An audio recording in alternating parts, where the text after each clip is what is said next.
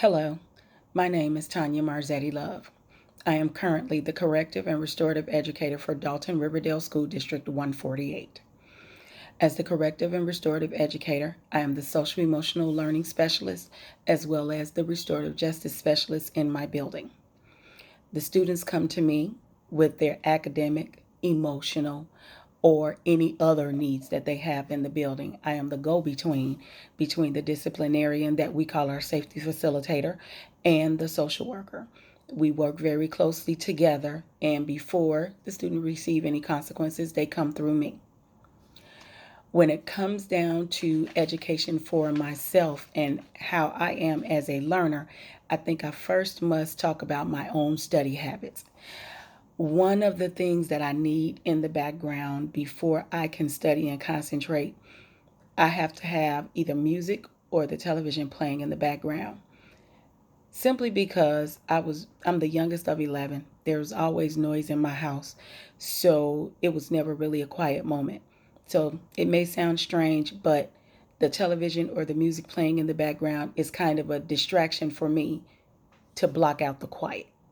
I know it's a little strange, but as a learner, I visualize what I hear and what I read. I create a mental picture for myself to try to help me process and comprehend what I'm reading. And when it comes down to application for what I've read, the application only adds that nail in the wood for me.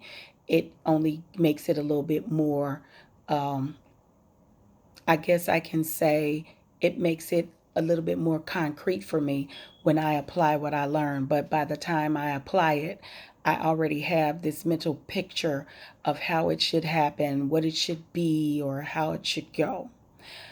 I'm big on communication, so when it comes down to learning, I literally sit down at the table and talk myself through what I'm doing, and it's so I can get to a point where I can understand it. So I'm literally sitting at the table going, how did that really go?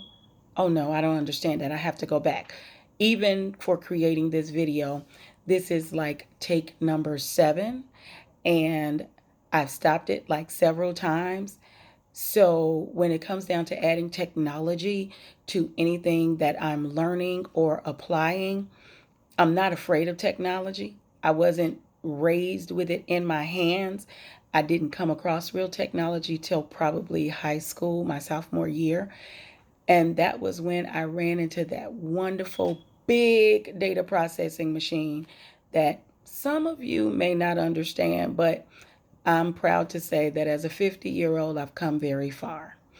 So, as a learner, I'm hoping that even in this class, with trying to include technology and in becoming an e-learner for myself, before I can expect for my students to do e-learning from me, I think I need to know a little bit more about it so that I can teach it to them. So, with that being said, if I really had to describe myself as a learner, I love to learn new things. So as a learner, I like to try new things. I'm not afraid of technology. So I don't mind getting into it. But for the most part, it's not as inclusive in my job as I would like for it to be, because my school district is still struggling when it comes down to the technology component for the students.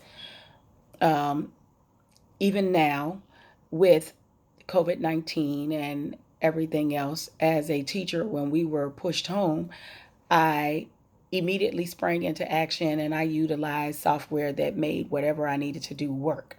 So I used everything from Class Dojo to Google Classroom, as well as what Classroom Notebook that's in Office 365. So I had to become an e-teacher pretty quick. So as a learner, I think I can pick up on some things pretty quick, but I had to make mistakes. So I learned by error, if that makes sense to you. Hopefully that kind of gave you an idea of who I am and how I like to learn, as well as what I do. And I will see you guys in class. Thank you very much.